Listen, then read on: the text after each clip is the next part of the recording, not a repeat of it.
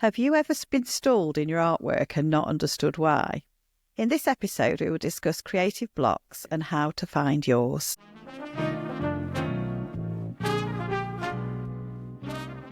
Okay, so what are we meaning by creative blocks?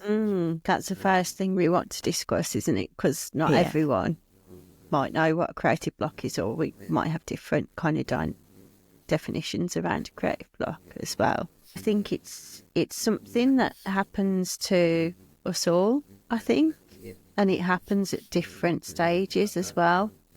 And there's lots of kind of creative blocks. I think the tricky thing is that it's kind of a belief, isn't it, that you hold that stands in your way of being more creative. I think a good way of looking at it is, what is a block first? If you think about, perhaps it's something that gets in your way, isn't it? But when we talk about blocks, often it's like that. You've heard the phrase, you're getting in your own way. Yes. It's almost a mindset block, some of it. Yeah. Some of it isn't. It's a knowledge block. So we're going to go into what we're breaking it down and saying to you what different blocks are first. I think we're going to do that. Yeah. And then we'll move on to how to actually tackle and find yours. And we did originally think that we were going to do smash your creative blocks in this episode. But to be honest, we think this is going to turn into a huge episode if we do that. Yeah, so, it's too much to do in one, isn't it? So we're going to split it into two. And I think it's worthwhile going through some of these in a bit more depth, because it's interesting, I think, isn't it? And also, I think if you're going to try and find your own creative blocks, what you have to do is, as you listen to the episode, see if anything's resonating, because you'll find that some things you go, I don't do that, I don't feel that at all. And then some blocks you'll go, oh, that reminds me of me. Yeah. So, and I think, or you might even find that you've got a particular resistance around something that we say. So we might say something around, I don't know, talent being a block. And you might tell yourself, well, that's not true because I'm not talented and art isn't for me. So recognising that as well when you're speaking in a factual way about something that's actually an opinion. Yes. And I think just observing how you listen to this episode. So we're asking you not just to passively listen, to try and get a little bit involved with this one. Notice what feelings come up for you. Yeah. Okay. So I think, should we discuss specific blocks so that start to break it all down? Yeah, And I think when we started speaking about this as well, before we started recording, it was quite obvious that there's common blocks that you face at the beginning of your art journey. And then in the kind of middle phase when you're trying to find your own authentic voice. And then the third phase of kind of then putting your artwork out there a bit more. So we've broken it down as well, haven't we, into like 3 sort of stages. So we have, yeah. And even then we've split it down a little bit more. So let's see what our the first hurdles that you get. Sometimes the way to find a block is to listen to the excuses that come out. And it's almost come out of your mouth. You notice it in other people much more. You'll go, somebody's like trying to lose weight, but they go to the gym, but they haven't got the time, or they haven't got, and these excuses. And to be fair, some things are legitimate. We're not saying that everything is an excuse, but I think that if you're really trying to move forward, you need to be looking at what you're saying and just think, is this, like you said, Ruth, you just said it, an opinion? Is it just my opinion, or is it a truth, a reality? Yeah. And if it isn't a fact, then you need to look at, okay, so I've thought that I haven't got much time to go to the gym. Have I?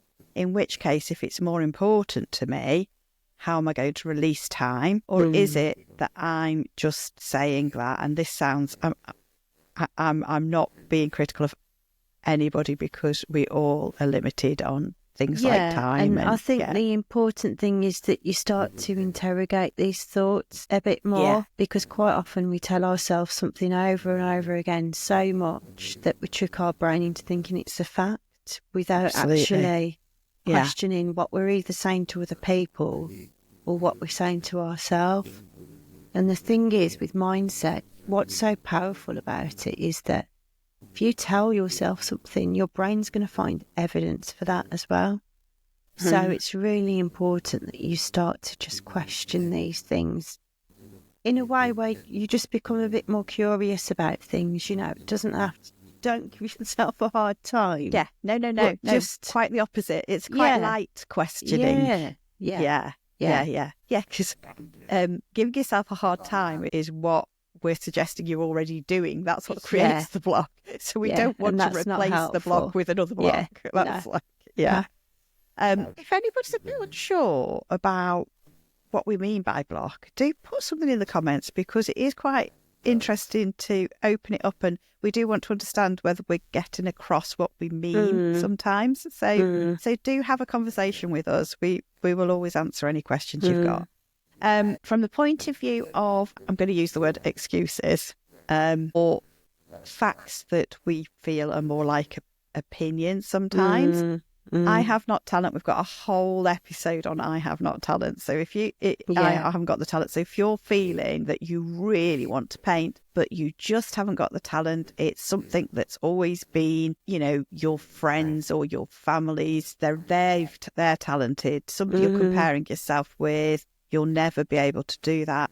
Then do look at that episode, because we've had some really good comments about that. And it's quite a common one as well, I think, isn't it? That people have early on, that they just think, I'm never going to be the next, you know, famous painter, so why even bother? That can stop you quite early on, can't it, in your tracks? Whereas we, you know, art, like anything else, is something that you really need to practice over and over again to get anywhere near good. And it takes a long time.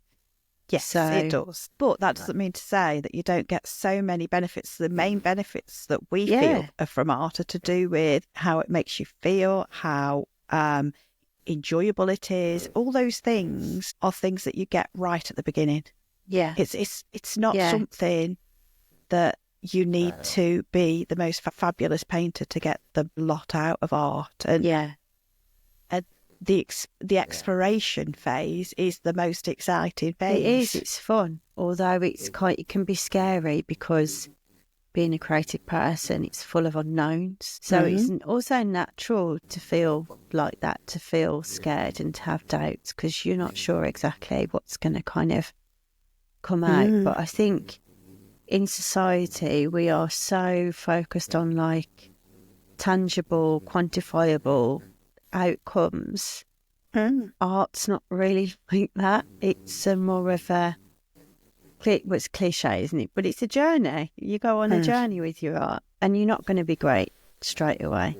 But yeah, find the fun in, like you were saying, Debs, experimenting and exploring, and all the benefits that you get from just doing it. Yeah, definitely. And I think if you do it with that sort of mindset, that definitely helps.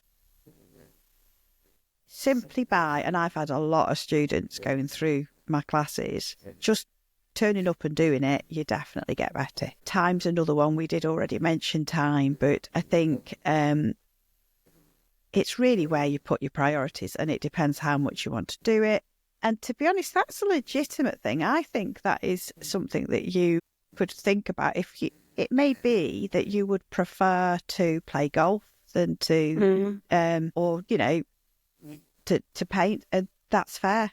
That's, you know, we're not saying that everybody has to be an artist, by no means, but if you want to do it, then you've got to look at this. I think there is would you agree? That's like, you know. I do, but I also think there's certain things around time as well. I think that people often underestimate what you can do with an hour, for instance. True. Yeah. And go, oh, I need a whole day to paint at my easel. You don't. I'm often surprised how much I get done in an hour or two. And then once you get started, you want to just do more and more and more, don't you? So it's the act of getting started. It doesn't always have to be something big either. It could just be doodling in your sketchbook or something like that. But the thing is, it all adds up. So don't tell yourself, because I've not got a whole day, I can't possibly do this. You can do it in chunks. And we discussed on a previous episode, when I was working full time, I'd get up an hour early for work and do some painting. So you can squeeze it in, but it is about prioritising. Sometimes as well, that's hard for people to do. It's hard for people to prioritise their own needs, particularly if they're a mother or if they've got a job. Care they can feel in guilty. some way. About making time for themselves. So that can be a block. And it's probably not the time thing. It's more investing in yourself and something that you want to do to take care of yourself. Because we've talked about this before, and I think if you do actually make the time for yourself, you've got more energy for other people. You need to do. If you really, you do get to a point, and there is a danger here, that once you actually start painting, then if you don't paint, you actually recognise that that's why you are grouchy. We discussed this yesterday as well. Was it yesterday? Yeah, it was only yesterday, with one of our members, and she was saying that sometimes, like, she was sat in, was it the doctor's surgery? I can't remember. It doesn't really matter. Yeah. But she sat in the doctor's surgery. I've done it in airports. You know, you sat around, you're doing very little. If you've got a small sketchbook in your handbag and I sometimes have a water brush and a pen that is a non-permanent pen, so it'll run, or anything, it could just be a pencil. You can sit and doodle and nobody really knows what you're doing. Yeah. You know?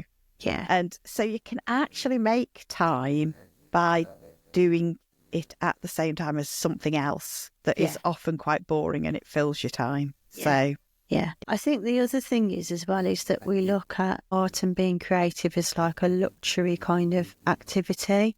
That it can be perceived as something quite frivolous and not important. So that whole thing around making time for it, you might be thinking, I shouldn't be doing this. I should be cleaning the house, or putting the dishes whatever in the dishwasher, whatever it is. The practical stuff that gets in the way.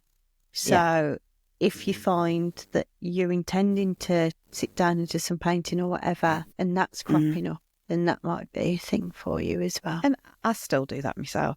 You know, it's an ongoing battle, that one, because, you know, obviously you do have to do the practical things as well.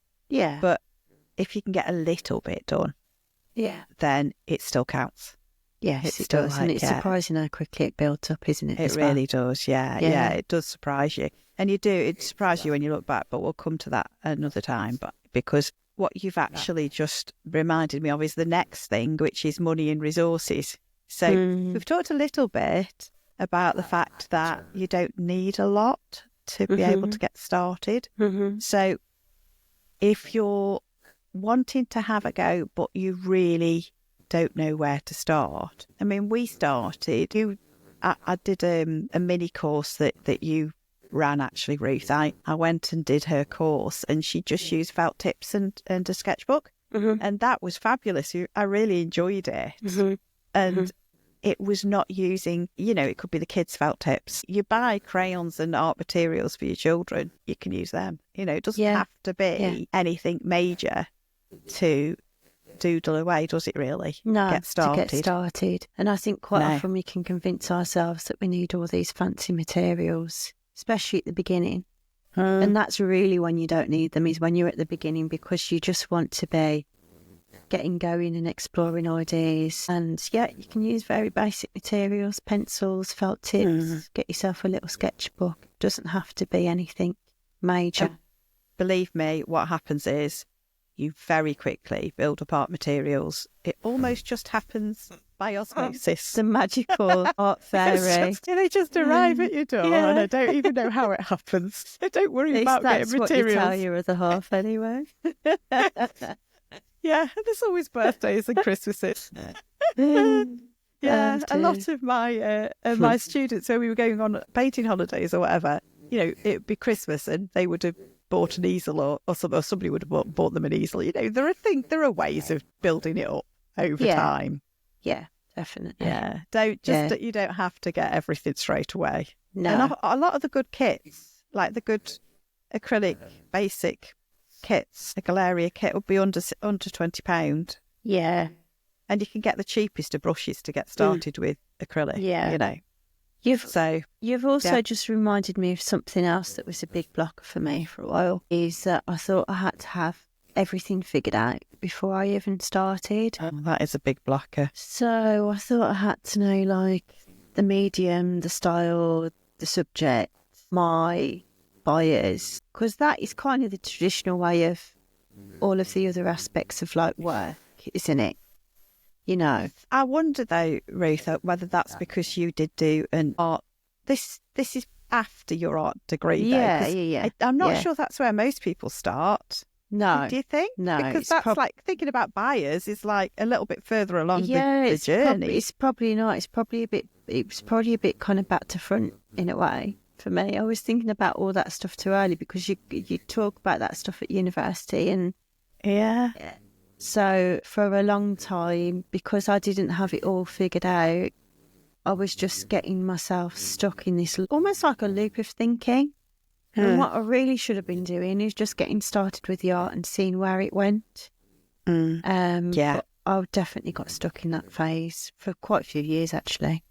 Yeah, and I think that's a definite. I think that's a medium blocker, actually, because I think we'll just go over the final of the starter blockers. Yeah. But it actually might be related to what you've just said as well, because this can come up at any point, because as you do more art, you start to feel like you need some space, whether it's to store materials, whether it's to work, a workspace. And that can be a blocker, and it can be quite a big blocker, actually. I've seen people say, I'm not really doing my art. I've put the stuff in the loft. I really haven't got the space. I've got a small, bungalow or whatever it is that they've got, and it's just taking up space. And it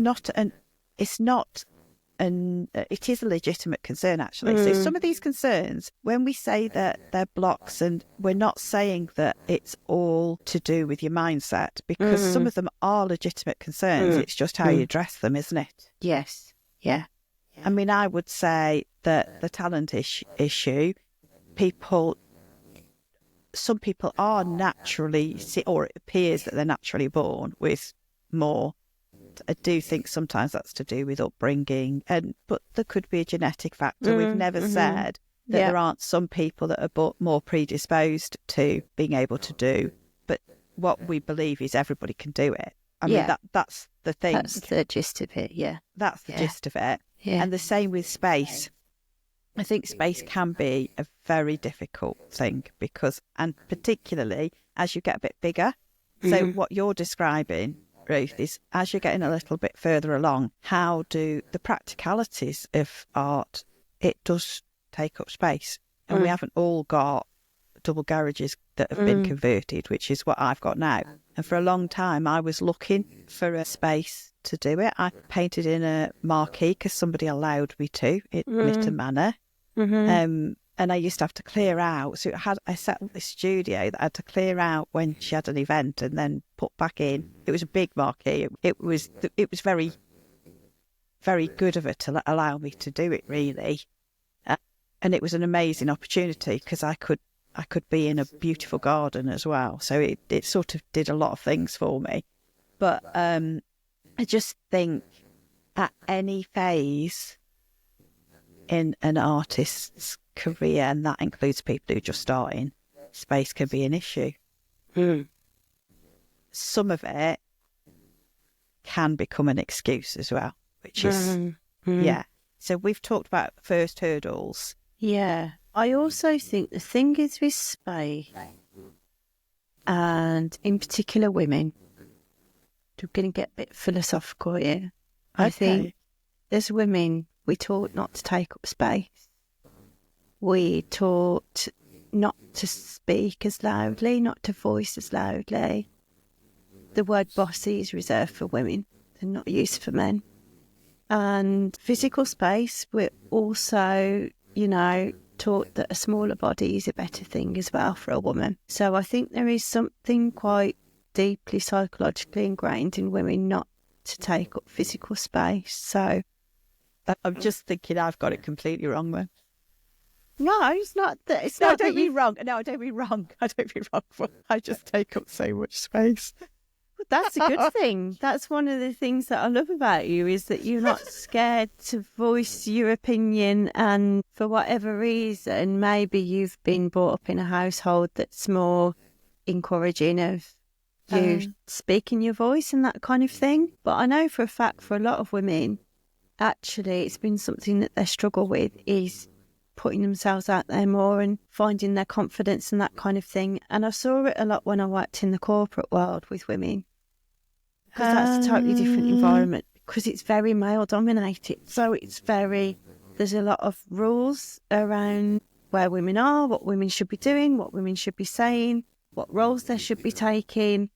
And for me as well, because I ended up being a project manager, and I think I'm a natural leader as well. Yes. My characteristic. Yeah. I often butted against that as a woman. And I wouldn't have got that if I was a man. So I think do understand that, because women are quite nurturing. And when I was working in IT, I went in as a clerk typist and then became a secretary. And then I sort of worked my way up. But then I did a complete sideswipe move and did some study. I paid for it myself. Started an HNC in computing. They actually paid for the end of it. And I moved they gave me an IT administrator's job. And this is we're talking about a long time ago when these jobs were being invented. Yeah. I am that old. But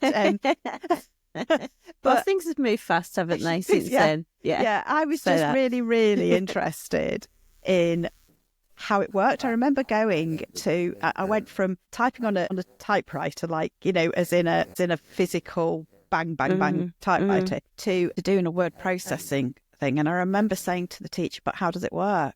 And she was like, well, it's a computer. And I'm like, yeah, I know that, but how does it work? How does what's going on underneath? What's going on? And I wanted to learn I didn't just want to know how to use. So I went and did a spreadsheet course, I went and did a database course, and I'm like, but how does it work? That's why I became an IT administrator, because I wanted to know how it worked. I'm a bit like that with art as well. But how does it work? How do they go together? That's because I've got a bit of a strange background really for art, I think, because I'm quite sciencey. Yeah. I think we're going off topic slightly. But what I was about to say was, the reason I'm saying this is talking about women in the workplace. So I went into an engineering environment, and the women in the company generally were the secretaries within the company, and people sort of and it was really weird, because these engineers were it was a research engineering environment. So they were professors and they were doctors and what happened was I went from secretary to IT administrator, and then I had this gosh, I've got to ask the secretaries to do stuff for me, and I didn't like it. I used to go and do my own photocopying and stuff. And that's the nurturing side of not wanting to tell people what to do as well. And there was also there would have been resistance to that as well, because, do your own photocopying. Really, there would have been. Not in I was aware that I didn't want to be all of a sudden, Do you think as a woman that would have been different? Yes. Yeah. I think so. Yeah. Or maybe I was just cared more about what my friends thought of me, because they were my friends. And that was But also,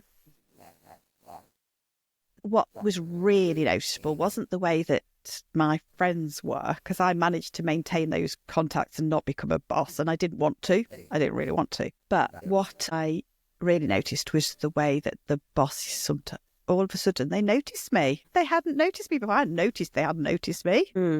Interesting. But they used to talk to me and chat, which I hadn't had before. I was really weird. Very, very strange transition. So you were in a different space, basically. Yeah.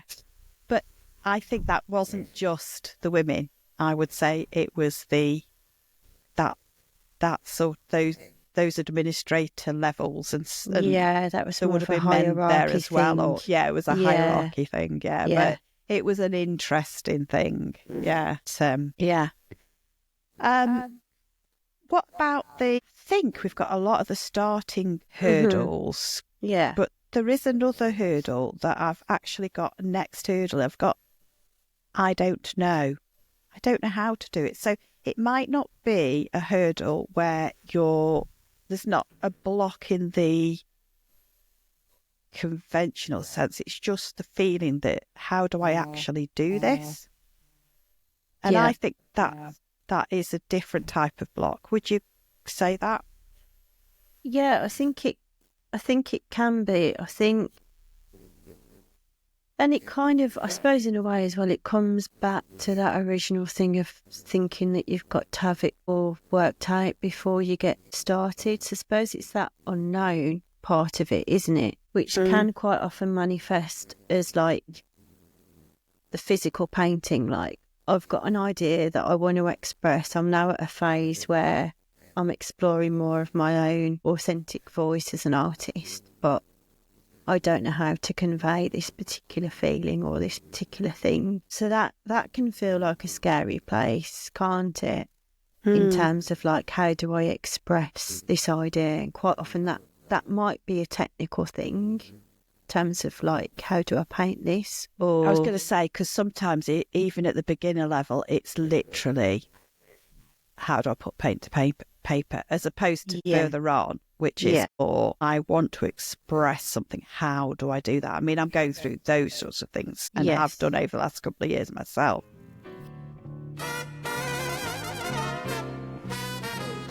So we were talking a bit about when you're at a stage where you're a bit unsure of where your art's going to go next and how to express ideas. And I think it's fair to say that you're a little bit in that phase at the moment, aren't you, Debs? Because you are moving on from some of the initial ideas that you had when you started painting and you progressed, and now you're kind of exploring new things. So I think it would be interesting to talk about that and where you feel like you are at the moment. Yeah. So I've done, and I do, there's a little bit on my YouTube channel that explains this, and I am hoping to put a bit more up there. But about 2 years ago, I think, it suddenly dawned on me, and I really don't know why, because it feels so obvious now, but that abstraction isn't just, there is a type of painting that's called non-objective, which is when you put different things on a canvas, but you have no external realism in mind. However, the actual term abstract painting, as opposed to non-objective painting, is related to an external realism that you have abstracted. That's what abstracted means, to show something.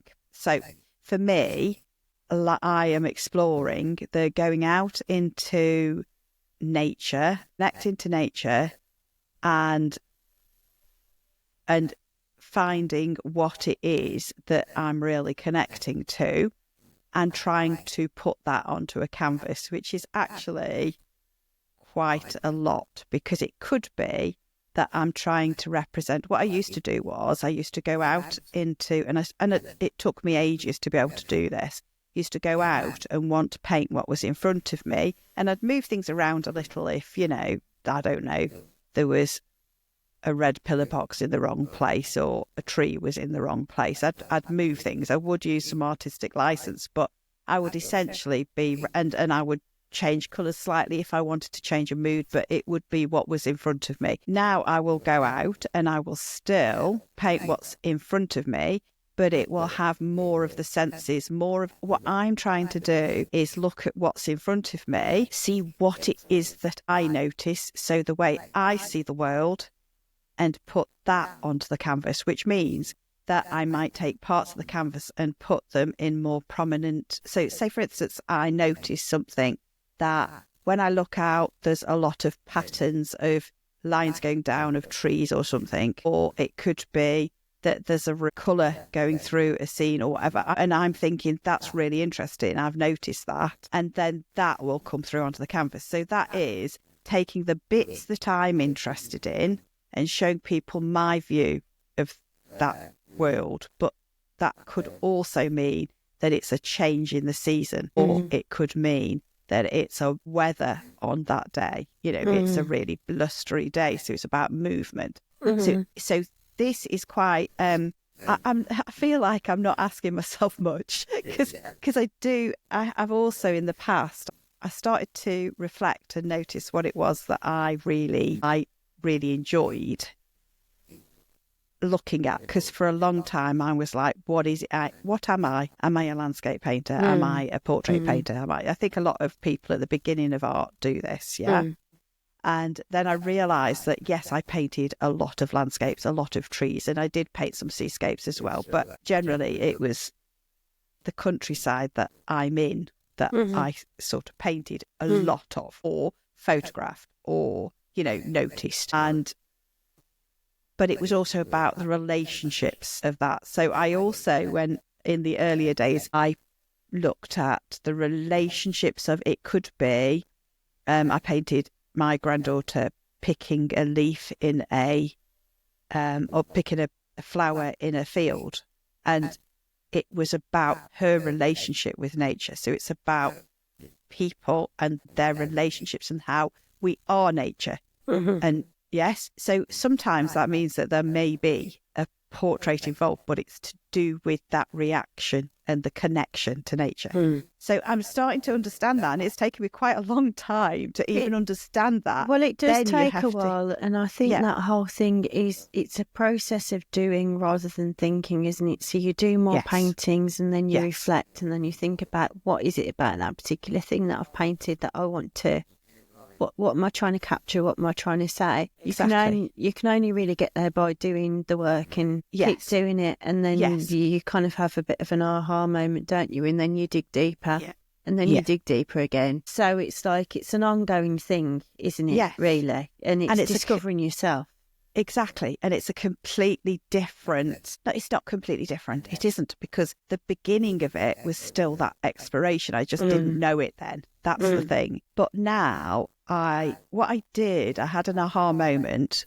I actually had a mentor. It was at the beginning of last year. It might have been the year before even, but I had a mentor. When I started to do this, I was like, I know what I'm going to do. So I actually started to talk to somebody, and she did some coaching with me. And she said, the first thing she said was, look back at all the old stuff, look back at what you've done, and start to notice things, really. And what I did was I went way further back.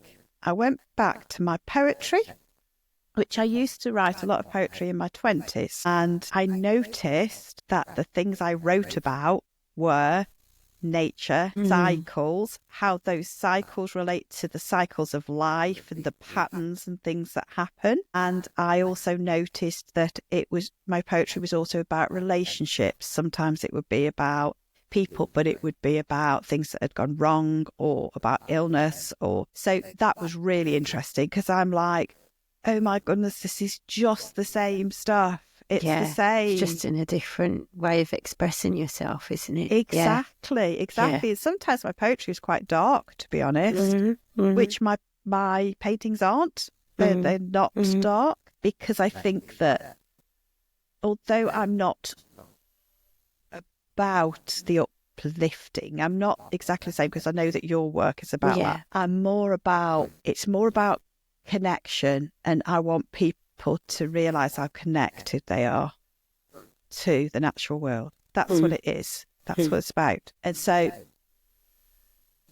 and really, but it almost doesn't matter to me. I know this is going to sound awful. I don't mean it like this. It doesn't matter to me whether somebody else connects to my work. No, it doesn't. Yeah. What matters is whether they connect to the natural world. And so if my work does connect to somebody, it's not going to connect. Not everybody's going to understand it, but some people do just go, that reminds me of, and it might be quite abstract, like some of my coastal ones are about where the coast meets the land. You know, it's that relationship again. Mm-hmm. So, and people do get that. Not everybody. Mm-hmm. Some people really, I mean, I had a comment just this morning actually about how somebody had been following me, and it's interesting to see they understood my old work and loved watching me, and now they don't understand where I'm at, and that's quite interesting because I feel like it's the same, but I'm just so much further along. I think it's interesting that, and it's encouraging that you're okay with that though, because quite often, you know, that can be something that people get hung up about, is whether people are going to like it or not. But I think that just shows your progression of where you are as an artist, that you're okay with that, and you know that this is kind of a phase that you've got to go through. You'll get new people that like your work, and you'll get people that used to like your old stuff, but that's just a natural progression. But you've got to do it for you, you know. It's not just that. My old work, people would like, but my new work, those that do connect. There's a difference. Yeah. It's much more exciting for me, this work. And I wouldn't go back because that's not true. So, right, I've got a painting just here, right? Mm-hmm. And I'm it is still a bit newer, but it's older in style. It's more realistic, and that's more realistic. I do like sometimes painting a scene. I like it. Yeah. And I decided at first that I wasn't going to do that, and then I was like, why? I actually like doing it. So sometimes I will stand and paint because I like painting what's in front of me sometimes. But that's just, that's okay too. Yeah, of course it is. But I'm not doing it to appeal to somebody. So at first, I'm doing that because I still enjoy it. Mm-hmm. Mm-hmm. Yeah. I still don't know how to get exactly where I'm going because I'm still working at it. Do you?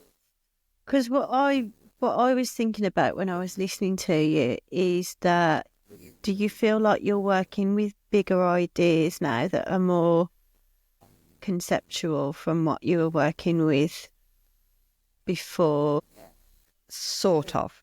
So there's two answers to that question. Yes, I feel like I'm in unknown territory. And so that means that it would be bigger ideas, except. But I'm still working with the same ideas that I've always worked with. I didn't necessarily know it then. So the poetry side of things, still working with the same ideas. Yeah. It's how to express them, I suppose.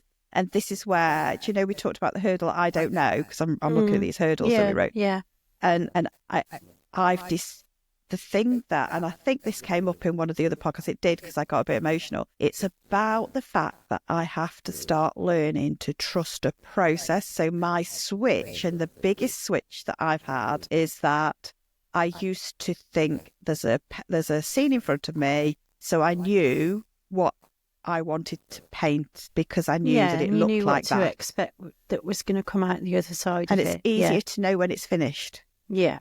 Yeah. So some of my work now, people actually look at it and go, that's really lovely. I even got somebody came in and said, I want that as a photograph on the front of a book. It was raising funds. And I'm like, but that's not finished. And then if I leave it for a bit, I look and I go, yeah, it is finished.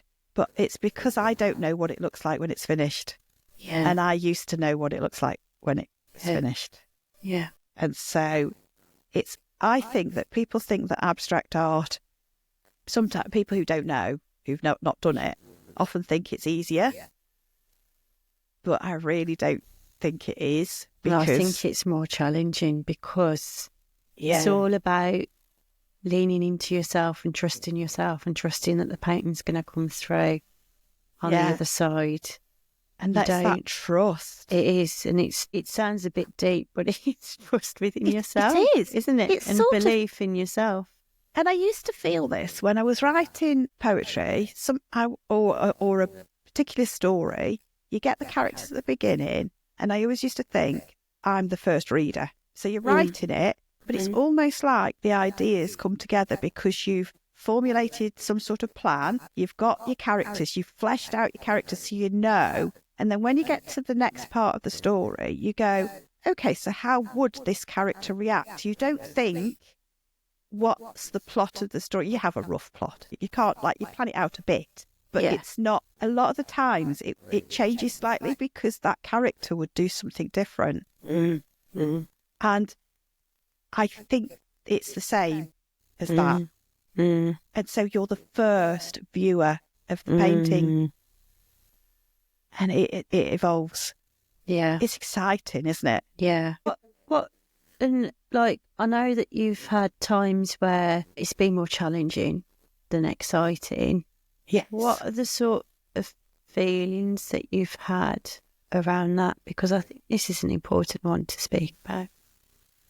Yeah.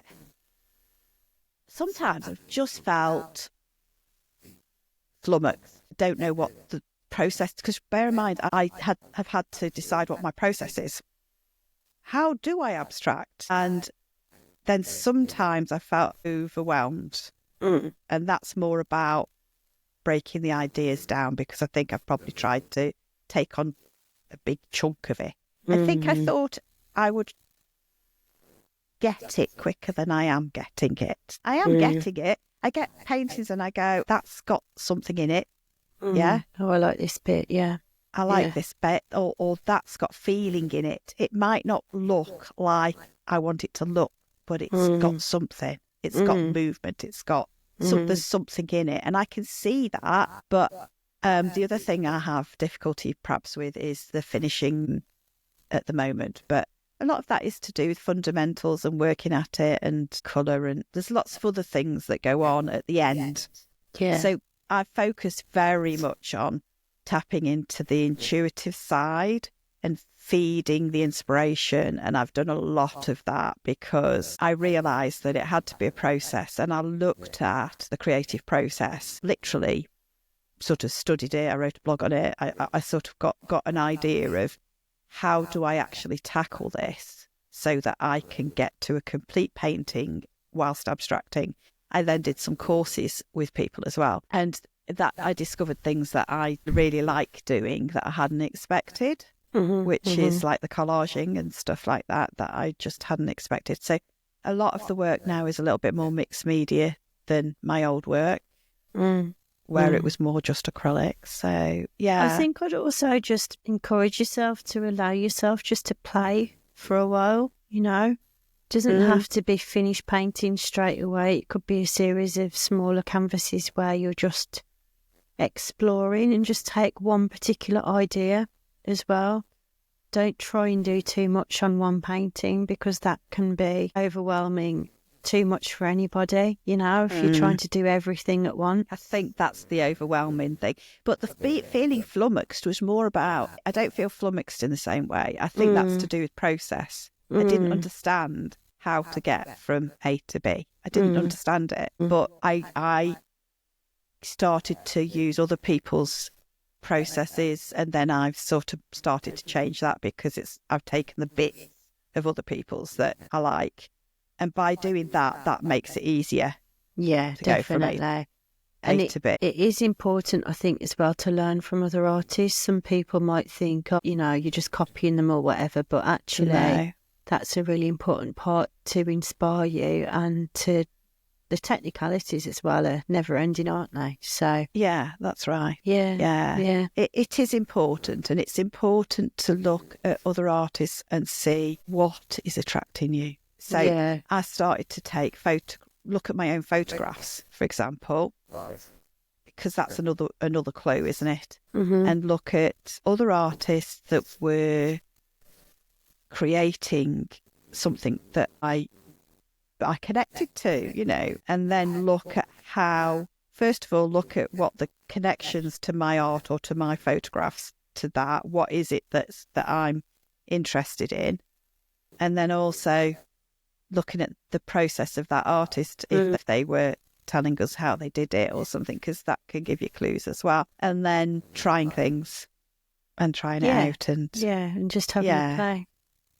Yeah, I do want to do big pieces now, though, as well, because I know you said about doing lots of small pieces, but I have done lots of small pieces. Okay. So now you're like, I'm ready now. I want to but get what out. I am wondering is whether going from that size to that size, maybe I need to be just levelling up so it's bigger, but maybe do a load at a bigger size, so 24 by 24 rather than that. I have worked at quite a lot, 24 by 24 rather than 12 by 12. So that I'm going to step up, but that's probably, it might even be bigger than a metre by a metre. So I think I do need to go to an in-between size and do a load of them as well, and then perhaps another step up. And we were talking just yesterday in the Art Hub, weren't we, about also the power of working in collections. So you've got a series of paintings that you're working on at the same time, so you don't feel as precious and hung up over one painting at a time. To give yourself literally that room to kind of play a bit more as well. I think some of the pressure I've got now, which is a different pressure, is the fact that I have got an exhibition in March that's quite a big space. So I think I need to probably sort out what paintings I'm taking first as well, and go through a few, because I probably don't need to produce as many paintings as I think I need to. And that does put you under pressure, because I don't know whether that's a block. It's possibly a block on the exploring. So I think it can be a block to producing your best artwork, because you get more hung up on what the finished piece is going to look like to sell at an exhibition. Whereas what you should be doing is just playing and having fun, and that's when you do your best work. I mean, it's very easy for me to say that, but it's true. And I really enjoy playing and having fun. So, it's not a difficulty in that way. But I think sometimes when you've got something where you think, oh, I've got to have complete pieces, then you start to be more producing, don't you? It's a slightly different thing. Mode. Yeah, definitely. I feel like this has brought us a little bit forward on what we were going to discuss, but I think, can we just briefly go into the others' opinions? Because we've got a few other bits. So I think that this has given people quite an example of, I'm actually having my own blocks and I've had my own difficulties over the last couple of years. It always comes round. This isn't something that's just beginners. It's just part of the whole definitely learning process, really. Mm-hmm. And you do need to learn by having some sort of process in place that helps you overcome quite a lot of these blocks as well. Because you actually know that, you're going to get out tools, you can choose some colours. There's certain things you can do that make it a lot easier, because weirdly, limiting your tools and equipment can help you to be more creative. You can have too much choice. Yes, definitely. And that can be an overwhelming thing, because particularly when you first start and you're not exactly sure what is the medium that you like using and all of those sorts of things, there can just be so many choices that you feel just quite overwhelmed about just getting started. Yeah, so overwhelm is quite a big one, and all overwhelm means somebody told me this, and I thought it was really useful actually. And this is in any walk of life. If just being overwhelmed means that you're trying to take on too much at once and just break it down into smaller chunks, it's sort of that simple, really. It is, yeah. But it's not a very nice feeling, is it, when you're in? It isn't. And because I tend to take on big challenges quite often, then overwhelm can be one of my issues. I know. I do it to myself. I'm my worst enemy. And unfortunately, we encourage each other too. We go, right, okay, let's do a podcast. Now let's do a membership. Just like, and then we're like, oh, this feels a little bit overwhelming. But we do that. We break it down into small chunks and we carry on. That's what we do. And you just tackle it, don't you? Step by step. And then you look back and you go, wow, look what we've done. Yeah. And that's actually, I'm going to go a bit out of order here, because that actually, as you get further on, having other people in the frame, so having other artists that you can bounce ideas off, but also just give you support can really help, can't it? Massively. And encouragement. And nobody's ever in the same boat as you. You're in they're in the same sea, put it that way. Yeah. So, because if everybody is in their own unique little boat, because everybody's art's different. Yeah. I'm just picturing lots of handcrafted boats on the sea Yeah, that on the got all, little like, sea. quirky things about them. Yeah. And there's some bits of the sea that are a bit rough because then you go into a calm bit. Yeah.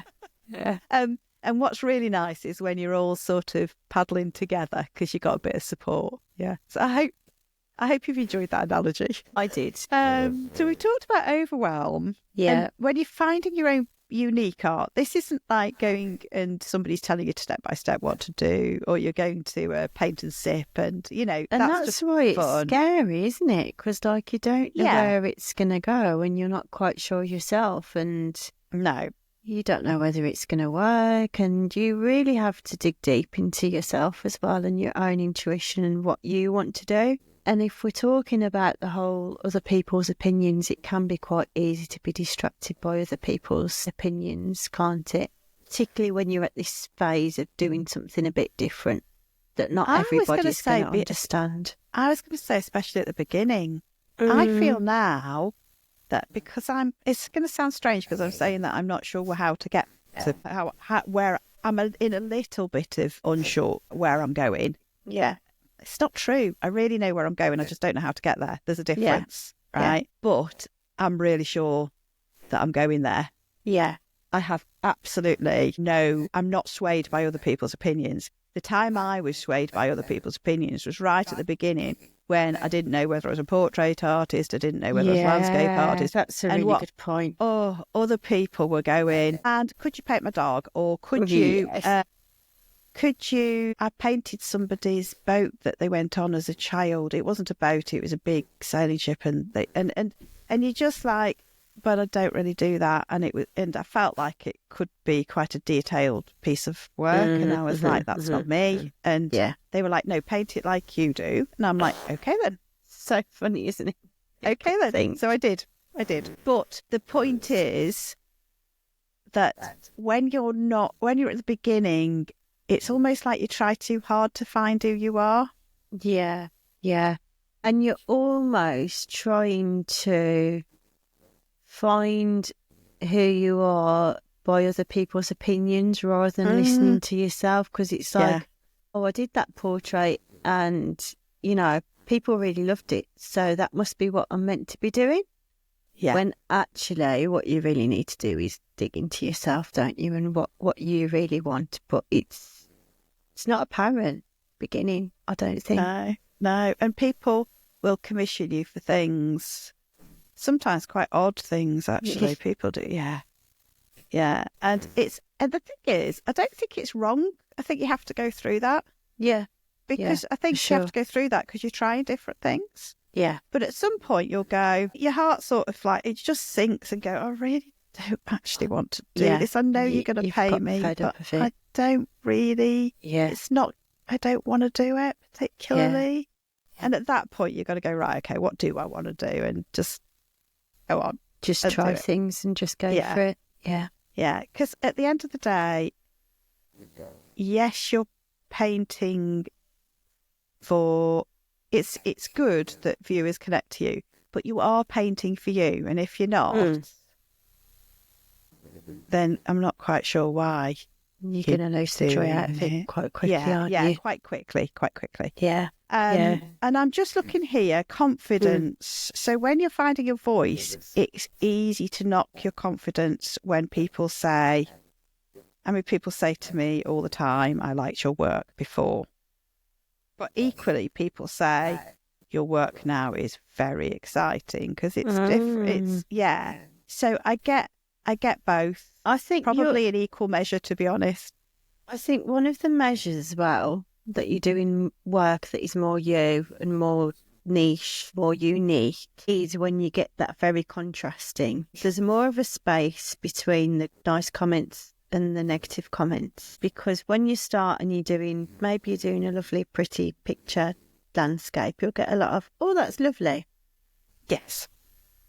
And you get a widening of the gap when it's more you and more unique, because you'll get people say more specific things to be like, oh my God, that's amazing, it's beautiful because I feel X, Y, Z, or it reminds me of a holiday as a child that I went on, and wow, it's bringing me all these feelings. So you'll get stronger response on the positive side, but then you probably get more of a stronger response on the people that don't click with it, which is absolutely fine, because by that time you've kind of learnt that that's just the way art works, and that's just the way that particularly strong art works. Yeah. And I think there's the same sort of thing in music as well. So I think you can have pop music that appeals to a wide range of people, and people like it. Yeah, you know, I don't know, for example, I'm trying to think of a current pop band, but there's a lot of people that will like it, whereas if you start speaking to somebody that might be a little bit more out there, I don't know, somebody like Bob Dylan that's like folk acoustic that uses poetry, there'll be some people that absolutely love his music, and then there'll be other people that just don't get it at all. So I think there's a correlation People there. feel quite strongly about jazz, don't they? Yes. Sometimes. Yes. Yeah. That's See, a I good like example. jazz. Yeah. 'Cause I think it's quite I clever. do. And, Yeah. It's quite fun. Yeah. But there's other people that are like, oh, don't get that. Don't get that. Yeah. This was last weekend. We had a pop-up, Lydia and I had a pop-up stall, and I sold a painting, and I didn't get the feedback. George got the feedback, actually. But they said to him that one painting stood out of all of the paintings. There was quite a few there. And for him and his wife. And they were just like, it just really stood out for them. And it was because it was to do with a holiday that they're about to go on.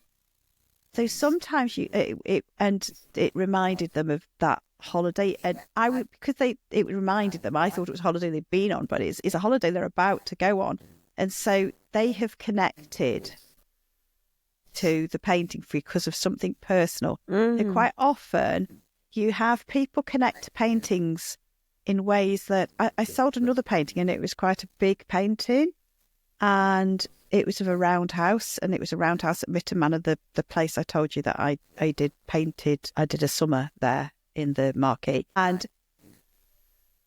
this lady came to me and she said, is that the roundhouse house at? And I was like, well, actually, no, it isn't. It's at Mitton Manor. But she was like, yeah, but it reminds me of that. And then she bought it. And so people will buy paintings they connect to for their own reasons. And it's often very specific, isn't it? Very specific. Yeah. And so, but I also notice that when I'm going and I'm just looking around on Pinterest or something like that, I'll get, I'm talking about abstract sort of art now, and I connect, and then I look at the artist and I'm like, oh, it's that artist again. Even though you haven't known it was that artist. And I'm like, yeah. Must be something about the way they paint, Yeah, so that happens too. And that's what I would like to get to, that point where people are going and they go, oh, it's that Debbie again. That'd be nice. But not because I want to be a famous artist, is because I want that connection. If I can get that feeling in people. There's nothing better, is there, than something that you've created then connects with them and stirs something up in them. It's amazing. It's magical, really, isn't it? It's a magical bit of being an artist. It is. And I think, because we've actually talked quite a lot of time on this, and this was going to be a lot bigger, this episode, so we're going to... I know. So the next episode is going to be smashing your creative blocks, but I'm just having a quick look because I think... So we're going to go into how to actually tackle some of this stuff in the next episode. Yeah. But I think we still haven't covered a couple of things. One is rules. So we've talked about other people's opinions, but we haven't talked about the fact that your opinions of friends and family, they matter, but sometimes it can be even harder when it's an expert or a teacher that does it. And often we'll get people that come to us and they've retired perhaps, and a teacher stalled them Yeah, I They know. stopped their Even really progress. early on, at like, Yeah. secondary school or something. Yeah. Because they were And told that they weren't good or whatever. exactly, yeah. And sometimes it could be that family members' opinions of more of it won't pay to be an artist. That can come in as well. I Or think we it'll never discussed go that. anywhere or, Yeah. Yeah. So those can be sort of big stallers as well. And I don't think it's quite the final point, but rules are made to be broken. They're made for people to learn how to paint because you need something to hang your hat on. And I think that there's a real danger in when you get to the experimental phase and trying to find your own uniqueness in taking these rules on board. So some of the rules that you hear commonly are don't paint with black. But black can make the most fabulous greens and stuff if mixed with yellow, Yeah. Another one is don't paint with black. Don't put more than 30% water in acrylic. That's another one. And yet you see lots of artists who actually are putting lots of water with acrylic who are further on in their development actually than what you say. And I've been guilty of this one. So I've said that because I thought that was a rule myself. And I've taught that. And now I do try and teach people not to pay attention to rules. I do try and teach that rather than, but that's a development in my teaching as well. And you're probably at a slightly different, I would have thought you were at a different audience now from when you first started that are a little bit more advanced that know the kind of basics. So you're not necessarily having to teach them the kind of the bare essentials for them to get something at the end of it that they feel kind of pleased with. And they do it in other areas. I think that when you do maths or physics or whatever, you taught something and then you taught something a little bit more later, and it sometimes undoes some of the stuff that you've learned before. But so there are things like that you have to be really wary of. I actually went on a workshop where I was on her workshop, and her name was Janine Galizia, and she was an international watercolour artist. So that they had an exhibition around here and they had some workshops, 3-day workshop, fabulous, absolutely fabulous. And she was like, because not using white is another one traditional artists use, but she was using white and I think she was using a bit of acrylic. I really can't remember. Maybe not. No, I think she was using white watercolour, but in her paint.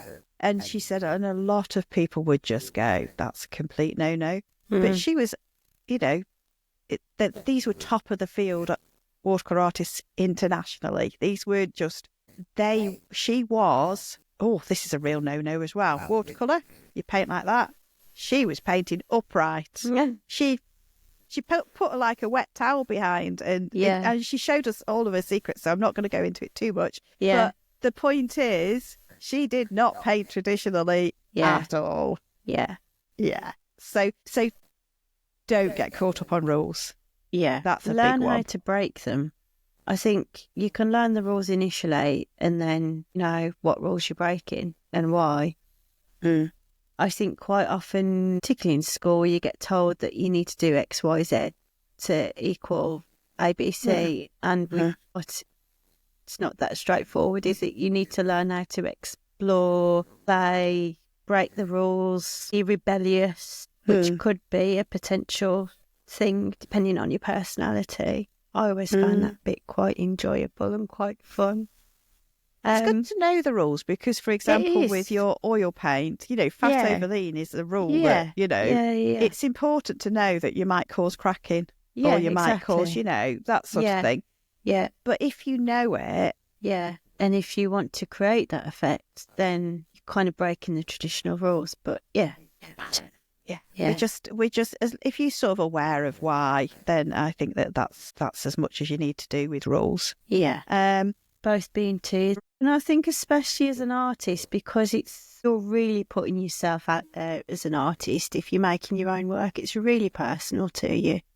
So, and there's the whole hierarchy of the art world and some of the kind of the misconceptions around what an artist is and what it actually feels like to be an artist, which makes it even more difficult. So I think there's loads we could talk about.